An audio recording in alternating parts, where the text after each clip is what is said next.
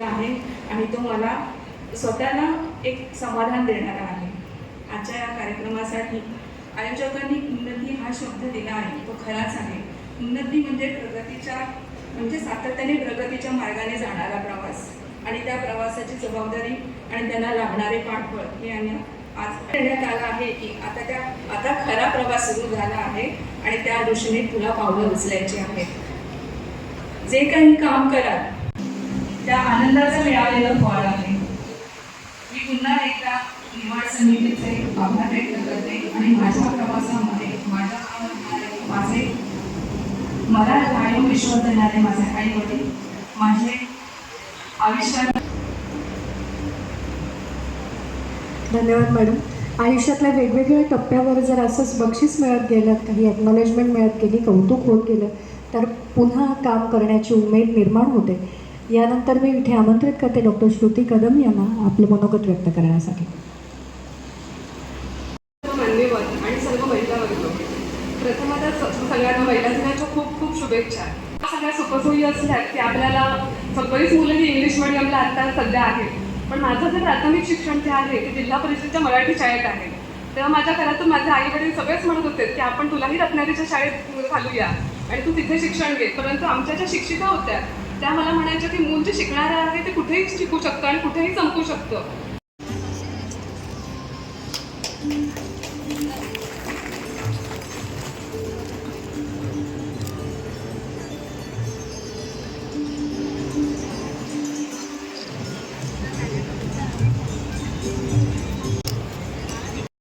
धन्यवाद दिले पाहिजे की महिला दिनाच्या निमित्तानं अतिशय चांगलं काम करणाऱ्या आमच्या महिला भगिनींचा सत्कार आपल्या मार्फतच रत्नागिरीमध्ये केला जातो. खरं तर वर्तमानपत्र म्हटलं किंवा एखादी संस्था म्हटल्यानंतर ती सामाजिक काम किती करते हे फार मोठं प्रश्न आहे आणि म्हणून या संस्थेचे संस्थापक आदरणीय धन्यवाद देतो. कारण आमच्या सगळ्या महिला भगिनी जे आहेत त्या प्रामाणिकपणानं काम करतात. तिथे आविष्कार संस्थेतल्या आमच्या कांबळे मॅडमचा सत्कार झाला, आमच्या डॉक्टर काश्मीरचा सत्कार झाला, लेले मॅडमचा सत्कार झाला, मुस्लिम भगिनीचा देखील सत्कार झाला, आमच्या सफाईमध्ये काम करणाऱ्या माझ्या महिला भगिनीचा सत्कार झाला, खो खो खेळणाऱ्या महिला भगिनीचा सत्कार झाला. आपण प्रत्येक क्षेत्रातल्या महिला भगिनीचा सत्कार केला आणि हा सत्कार करत असताना कुठच्या वशिल्याची आवश्यकता तुम्हाला लागली. सध्या सगळंच वशिल्यावर चालतं, परंतु हे सगळे पुरस्कार हे कर्तृत्वाचे. आणि शेवटी आपण इतिहास वाचतो, इतिहासामध्ये जाऊन आपण जर डोकावलं तर अनेक दाखले आपण समाजाला देत असतो, सामाजिक क्षेत्रामध्ये देत असतो. पण त्याच्यामध्ये झाशीच्या राणीचा आपण काहीतरी उल्लेख करतो, अहिल्यादेवी होळकरांचा उल्लेख करतो, राजमाता जिजाऊंचा उल्लेख करतो, लता मंगेशकरांचा उल्लेख करतो. पण माझी आपल्या सगळ्यांना महिला भगिनींना एक विनंती आहे की ह्या सगळ्या आपल्या आयडॉल आहेत. कधीतरी आपण देखील असं बनलं पाहिजे, यासाठी या कार्यक्रमाचा उद्देश आहे असं माझं मत आहे.